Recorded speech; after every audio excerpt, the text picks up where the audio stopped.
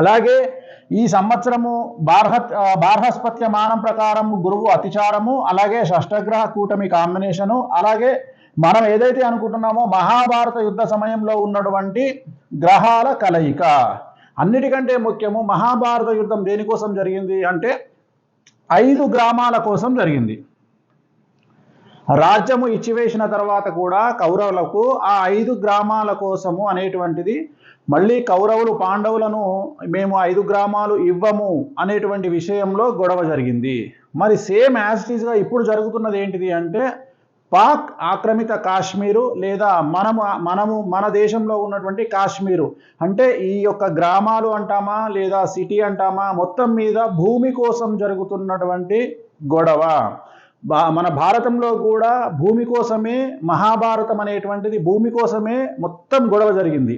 అలాగే ఇప్పుడు కూడా భూమి కోసం జరుగుతున్నటువంటి ఈ గొడవ చిలికి ఎక్కడికో దారితీసేటువంటి పరిస్థితులు గోచరిస్తూ ఉన్నాయి.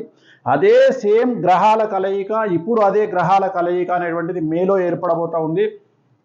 సో ఇప్పుడు జరుగుతున్నటువంటి గొడవ కాశ్మీర్ కోసం జరగబోతూ ఉంది.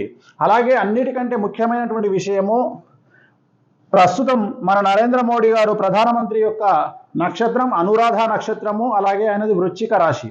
అలాగే పాకిస్తాన్ ప్రధానమంత్రి షెహబాజ్ షరీఫ్ ఆరుద్ర నక్షత్రము మిథున రాశి.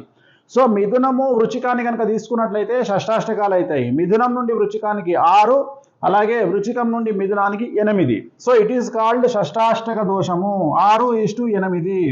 నేను ఎప్పుడు రెగ్యులర్గా చెప్తా ఉంటాను, ఇన్ని రోజులు రానటువంటి యుద్ధము, ఇన్ని రోజులు రానటువంటి గొడవ ఇప్పుడే ఎందుకు వచ్చింది.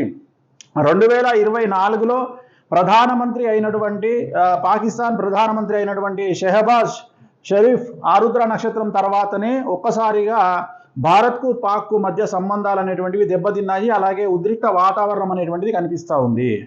సో దీని యొక్క కలయిక షష్టగ్రహ కూటమి యొక్క కలయిక, అలాగే షష్టాష్టక దోషము ఎవరికైతే నరేంద్ర మోడీ గారికి అలాగే షెహబాజ్ షరీఫ్ ఇద్దరు ప్రధానమంత్రులకు మిథున రాశి వృశ్చిక రాశికి షష్టాష్టక దోషం ఉన్న కారణం చేత, షష్టాష్టక దోషం అంటే ఎప్పుడూ ఇద్దరికి పడనటువంటి పరిస్థితి, పాలల్లో ఉప్పు వేసిన మాదిరిగా, పాలల్లో ఉప్పు వేస్తే విరిగిపోతాయి. అలాగే కాంబినేషన్ అనేటువంటిది వెరీ డేంజరస్ కాంబినేషను, గొడవలకు దిగేటువంటి కాంబినేషను, చాలా డేంజరస్ కాంబినేషన్ అనేటువంటిది గుర్తుంచుకోవాల్సింది.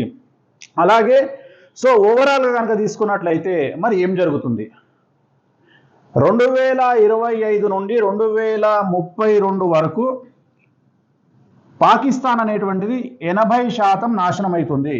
అండర్లైన్ చేసుకోండి, 2032 లోపు. సో ఈరోజు రేపు అని నేను చెప్పను, 2032 లోపు. ఎందుకంటే మనము ప్రస్తుతం మహాభారత కాలంలో ఉన్నటువంటి యుద్ధ వాతావరణంలో ఉన్నటువంటి గ్రహాల కలయికను కనుక తీసుకున్నట్లయితే అదే కలయిక ఇప్పుడు ఉన్న దాని కారణం చేత దీని యొక్క రిజల్ట్స్ అనేటువంటిది పాకిస్తాన్ను 80% నాశనం చేసేటువంటి అవకాశం ఉంటుంది.